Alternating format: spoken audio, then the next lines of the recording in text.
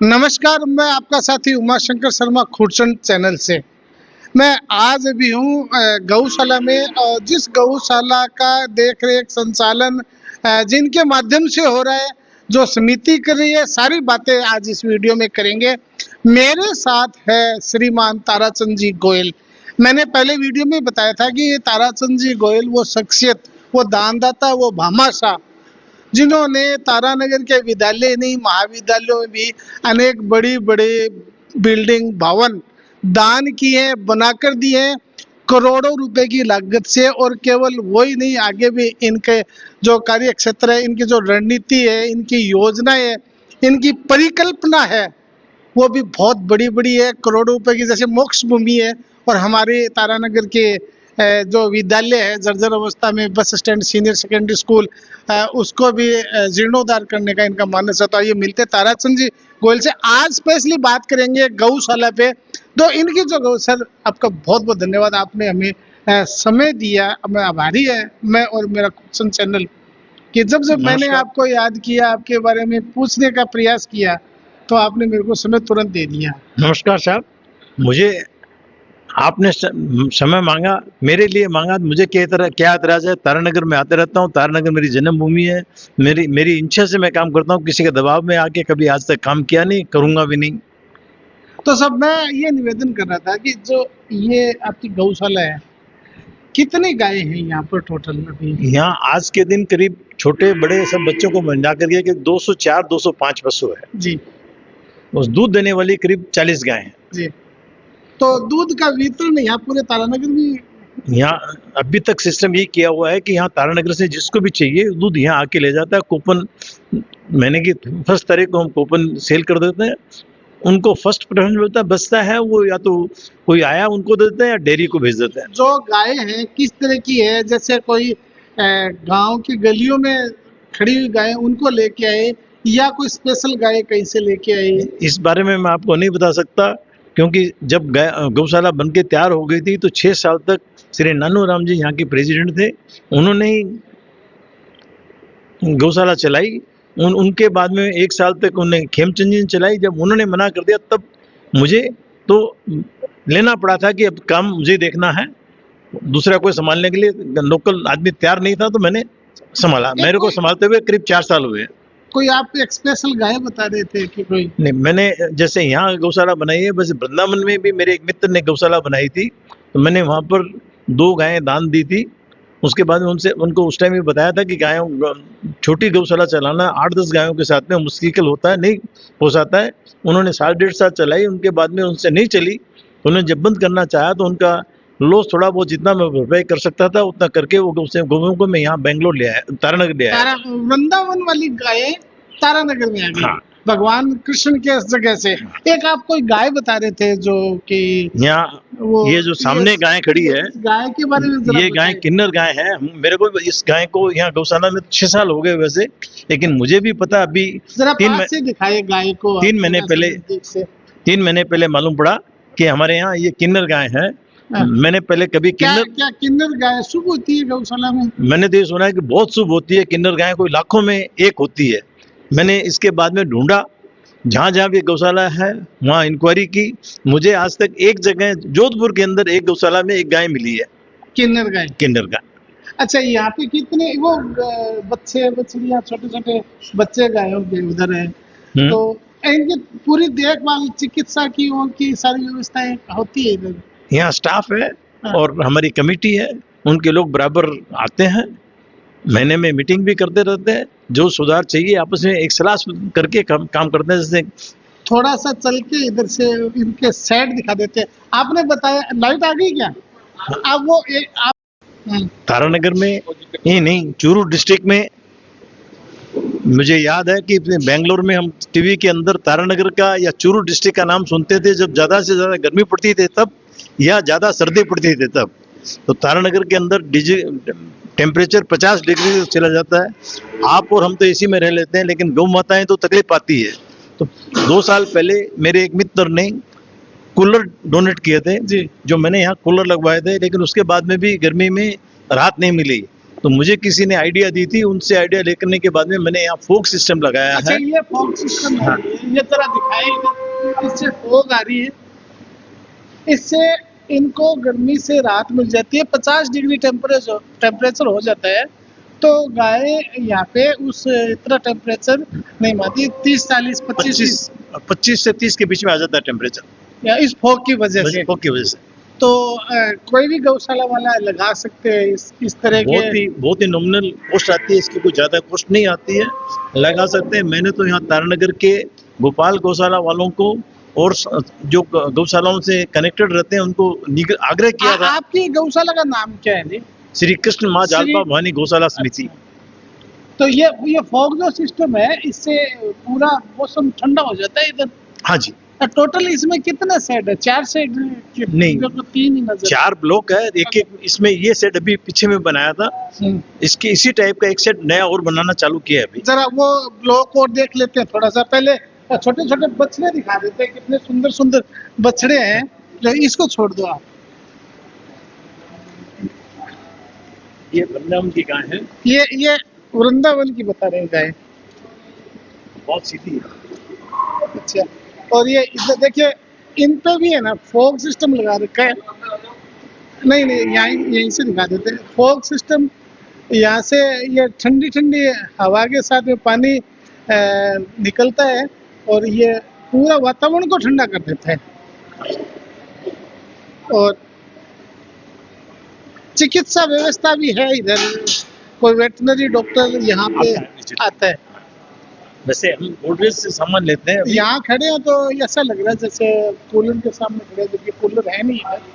और ये जो फॉग चल रहा है ना, इससे पंखे के ऊपर से हवा जो आ रही है, तो ये ठंडा हो रहा है, पूरा वातावरण यहाँ पे ठंडा हो गया। तो गायों के लिए आपने बहुत अच्छा काम किया है ये। इसके अलावा वो जो दूसरे ब्लॉक है वहाँ चलते हैं।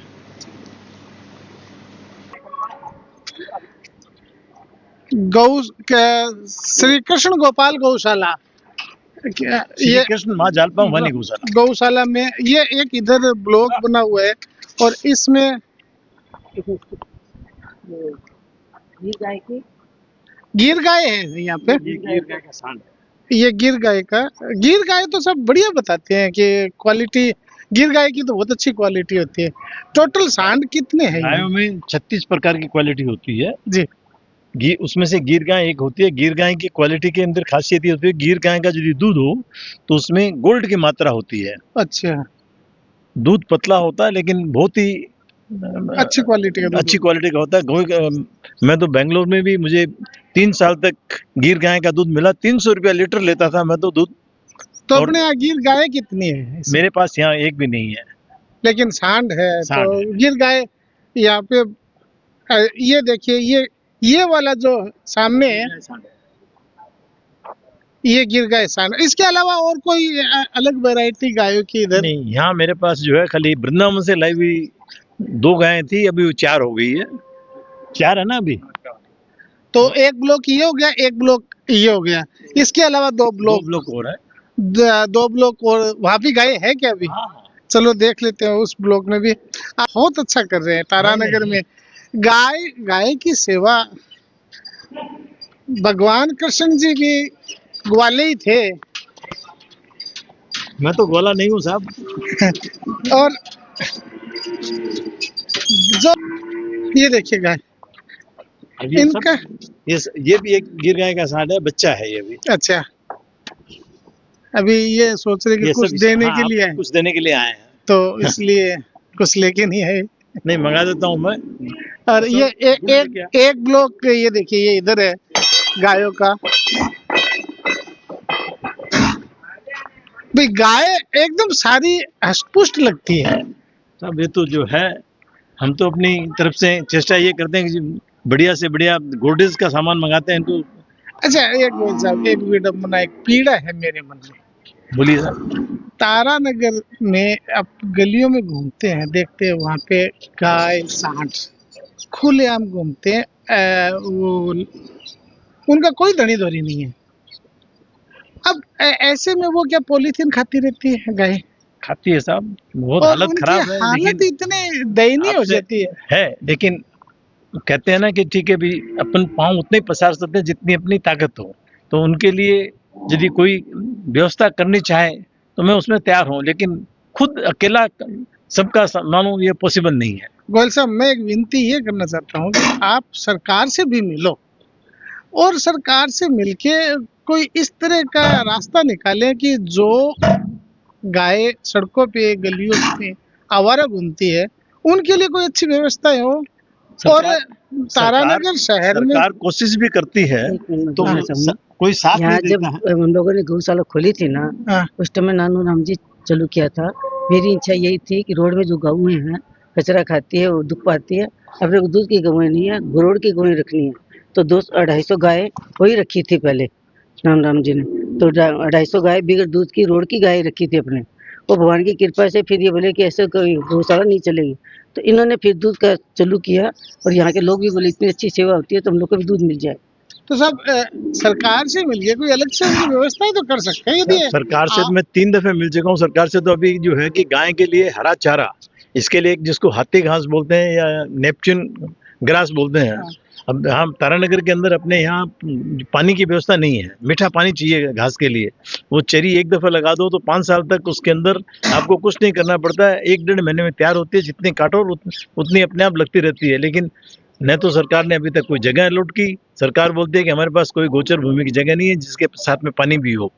मैं तो यहाँ के लोगों को जिसके पास 2 जगह, जिनके पास पानी और खेत था, उनको भी एडवाइस किया था कि जिस ढंग से बताते हैं उस ढंग से यदि बंदोबस्त हो जाए तो मैं तो बहुत खुश अपने खर्चे से उनको डेवलप करवाने के लिए तैयार हूँ। जिसके पास में पानी हो और जगह हो तो ठीक है भी, जितना घास होगा वो हम गौशाला में न कि खाली श्री कृष्ण माँ जालपा माता गौशाला के लिए खरीद लेंगे, बाकी गौओं को भी दिला देंगे। साहब, मैं आपसे यही बोल रहा हूँ कि गायों के लिए राज्य सरकार से कुछ आप जा रहे हो, अब हमारे सम्मानित होंगे आप, वहां पे आपको इस तरह की बात रखो गायों के लिए कि जो गायें आवारा घूमती है उनके लिए सरकार तो कुछ करे। आप बहुत कुछ कर रहे हो ये गायों के लिए, आप जैसे और लोग भी कर रहे हैं गायों के लिए, लेकिन जो आवारा गाय है ना उनके लिए राज्य सरकार सब चेष्टा कर रहे हैं। बाकी ये सरकार के लिए भी, आज जैसे नोएडा में मेरी गौशाला है उसमें 700 गायें हैं और उसमें से 500 से ज्यादा गायें, 550 गायें जो है वो इसी ढंग से आई हुई है सड़क के आवारा गायें। लेकिन उनके एक गाय के ऊपर जितना खर्चा आता है और सरकार जो अनुदान देती है उसके अंदर वो गौशालाओं को मेंटेन नहीं किया जा सकता है। सरकार के सामने रखनी चाहिए सर, और हम सबको मिलके। और दूसरी चीज है कि आजकल आदमी नहीं मिलते हैं काम करने वाले जो कि डेडिकेटेड गौशाला के लिए काम कर सके, तो वो उसकी आज 3 तरह से सेवा होती है, तन मन धन। मन तो हमारा है, धन जितना हमारी कैपेसिटी उतना लगा सकते हैं, लेकिन प्रैक्टिकली हम खुद अपने हाथ से सेवा नहीं कर सकते। गोयल साहब, एक बात और है कि जिन लोगों के पास गाय है जो घरों में रखते हैं, जब तक वो दूध देती है तब तक तो वो घर में रखते हैं, लेकिन जब दूध देना बंद कर देती है तो उसको घर से बाहर निकाल देते हैं। वो सड़कों पे ठोकरें खाती हुई, ये पॉलीथीन खाती हुई घूमती रहती है। हम लोग आपसे भी विनती कर रहे हैं कि जिन लोगों के पास में गाय हैं, जो गाय पालक है, कम से कम वो अपनी गायों को बाहर न निकाले। वो गाय दूध देती है तब तो आप रखते हो। हम अपनी गौशाला के अंदर यहाँ चाहे वो दूध देने वाली है या नहीं देने वाली है, हमने एक गाय को भी, एक बच्चे को भी बाहर नहीं निकाला। सर, आप जरा तारानगर की जनता से तो निवेदन कर दो कि जो हाथ जोड़ के करवत निवेदन है, यहाँ तारानगर के तहसील के अंदर मेरे को जहाँ तक खबर है कि 28 गौशालाएं हैं, लेकिन मैंने तो कई दफे उनकी मीटिंग बुलाई। मैं बोला गौ सेवा आप करते हो और गौ सेवा मैं करता हूँ, क्यों नहीं अपन साथ में मिल करके एक दूसरे, मेरा फर्स्ट प्रेफरेंस अपनी गौशाला के लिए रहेगा, लेकिन कुछ काम जो है अपन मिलके कर सकते हैं, लेकिन नहीं करना चाहते। नहीं सर, जो घर में गाय रखते हैं ना, वो लोग क्या करते हैं कि जब तक दूध देती है गाय तब तक घर में रखते हैं, उसके बाद में जब दूध देना बंद कर देते हैं बाहर निकाल देते हैं। आप उनसे निवेदन करो कि कम से कम उनकी सेवा तो करें, जब दूध नहीं दे रही है तब तो सेवा करें, उनको सड़कों पे तो मत निकाले, वो पॉलीथीन खाती रहती है। साहब, उनसे मैं इतने कह सकता हूँ कि अपने बूढ़े माँ बाप को जब तक वो काम करते हैं तब तक आप रखते हो, और उसके बाद नहीं तो उस तरह गौ माता भी आपकी माता है, उसको जब वो दूध देना बंद कर देते हैं, बाहर निकाल देते हो, ये अन्याय करते हो उसके साथ। बाकी तो मैं क्या कह सकता हूँ। 3-3 किलो 4-4 किलो पॉलीथीन उनके पेट का ऑपरेशन करके निकाले साहब। अरे उसमें पॉलीथीन नहीं उसमें है, केवल पॉलीथीन नहीं, उसमें नट बोल्ट तार देखिए मैंने कांच तो के हैं। कांच के टुकड़े वो अरे मैं आपको बोलना सड़कों पे। चाहता हूँ कि जब ये इन्होंने बॉम्बे में ऑफिस बेचा था, आके बोले कि ये रुपया क्या करेगी, तो जब क्या कितना था 31 लाख था ना कितना था, तो मैं बोली कि मैंने वहाँ गोपाल मणि की कथा सुनी थी। उन्होंने उस दिन बोले थे कि गौएं को है ना दूध देते हैं जब तक रखते हैं, बाकी तुम लोग निकाल देते हो। वो गौओं की क्या दशा आप देखो बोला, और आप है ना समर्थ होते हुए उसकी सेवा करनी चाहिए। तो मैं तो एक रोटी भी नहीं देती थी गौ माता को। उस टाइम में उनकी जो कथा सुनी तो मेरे को बहुत मन में दर्द हुआ। मैं सोची मैं तो कैसी इंसान हूँ, मैं एक गाय को रोटी भी नहीं देती हूँ, और ये गौएं हैं जो हम लोग को दूध पिलाती है, पूरी भारत की माँ है, मैं कैसे इनकी सेवा करूँ। तो मैंने मेरा छोटा सा मंदिर है, वहाँ जाके ठाकुर जी के सामने रोई कि भगवान मेरे हाथ से भी एक गऊ की सेवा होए, कम से कम मैं किसी गाय को रोटी दूँ, कुछ सेवा कर सकूँ। तो अब मैं बेंगलोर में तो पॉसिबल है नहीं, कैसे मैं सेवा करूँ इसके। भगवान ने मेरी इतनी सुनी, उसी टाइम में ये रुपया आया। इनको ये मेरे काका बोले ये रुपया क्या करेगी, मेरे को कुछ नहीं चाहिए, गौशाला में लगा दीजिए। ये भगवान की कृपा से इन्होंने इतना कोशिश किया। फिर पहले गोपाल गौशाला में गए थे कि ये रुपया मैं लेके आया हूँ, कहाँ लगाऊं। तो इनके मित्र ने बताया कि आपके पिताजी की ज़मीन है, यहाँ गौशाला बना दीजिए। उस टाइम ये ज़मीन एकदम कूड़ी बना रखी थी। तो इन्होंने इतना मेहनत किया, नंदराम जी ने खूब मेहनत की, तो दोनों ने मिलके ये गौशाला बनी है। और हो सकता है मेरे ससुर जी की इच्छा थी गौशाला में भगवान हो। ने आपकी सुन ली, हाँ। आपकी इच्छा भी थी गौओं के हाँ, लिए तो मेरे और गौशाला ही बना दी। और इतनी अच्छी से सेवा हो रही है, मैं तो कभी सोच भी नहीं सकती हूँ। और इन्होंने जो मेहनत कर रहे हैं अभी भी यहाँ हमने सिस्टम कर रखा है कि सुबह रोटियां बनवाते हैं, आदमी नहीं मिल रहे, नहीं मेरे तो सब डेली सब गायों को एक एक रोटी कम से कम, उसके जरा सी एक अंगुली घी और जरा सी शक्कर डाल के गौ ग्रास दिया जाए। नोएडा में हमने गऊ के लिए जो है रोटी बनाने की मशीन रखी है, 2000 रोटियां बनाते हैं, हर एक गाय को डेली रोटी देते हैं। तो यहाँ मशीन नहीं लगाई आपने? अभी देखिए धीरे धीरे सब काम होते हैं, चेष्टा कर रहा हूँ। यहाँ पर भी अब दूध 180 लीटर डेली का होता है, सुबह शाम का मिला के। अभी भी मैं दिल्ली होके आया, वहाँ पर बात करके आया हूँ। जल्दी यहाँ पर मेरा टारगेट है कि 300 लीटर दूध डेली हो, और उसके लिए पैकिंग करने के लिए पॉलीथीन बैग के अंदर 1 लीटर और आधा लीटर की पॉलीथीन बैग पैक हो जाए। हमारी श्री कृष्ण माँ जालपा माता के नाम से पॉलीथीन बैग में पैक, जो कि जिसको चाहिए यहाँ से ले जाए। और तारानगर शहर के अंदर और 2 जगह सेंटर बना दिया, वहाँ दूध पहुँच जाएगा, वहाँ से जिसको शुद्ध ताजा दूध। पर आज है ना ये किशोर जी है, इन्होंने इतनी सेवा करते हैं मैं बोल नहीं सकती हूँ। हम लोग तो वैसे देखो किशोर जी सुराना, आप ये सामने जो देख रहे हो किशोर जी सुराना, जो यहाँ गौशाला के अंदर अपनी अहम भूमिका निभाते हैं सेवा करने में। पंडित जी भी बहुत अच्छा हाँ, करते हैं। सेवा करने में। और हमारे भैरू और पिंकी, हाँ। ये लोग दूध निकालने वाले भी दोस्त है, मतलब मैं नाम नहीं जानती हूँ, बहुत अच्छी सेवा करें। मैं तो इनकी इनको सेवा यही देख के मोटिवेट बड़ी करता खुश होती हूँ हूँ। कि तनख्वाह अलग चीज है, हाँ, यहाँ रहना है तो ये भावना हो गौ सेवा करने की, तो ही काम करना चाहिए, नहीं तो नहीं करना चाहिए। तो बहुत अच्छे से सेवा कर रहे हैं लोग। तो आप देख रहे थे ये गौशाला का वीडियो। आप है ताराचंद जी गोयल और आपकी धर्मपत्नी विमला जी गोयल, इनके साथ इन्होंने बहुत सारी बातें आज हमें बताई, गायों के बारे में, इस गौशाला के बारे में। और स्पेशल बात थी यहाँ पे एक जो गाय है किन्नर गाय, और वो किन्नर गाय आज हमने आपको दिखाई।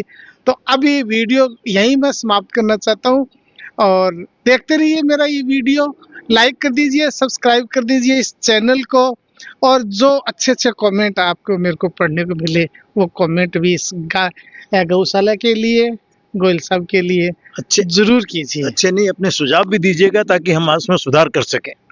हाँ, गौशाला में कोई सुधार चाहिए तो वो भी कमेंट आप इसमें जरूर कीजिए। आपने इस वीडियो को देखा, बहुत बहुत धन्यवाद।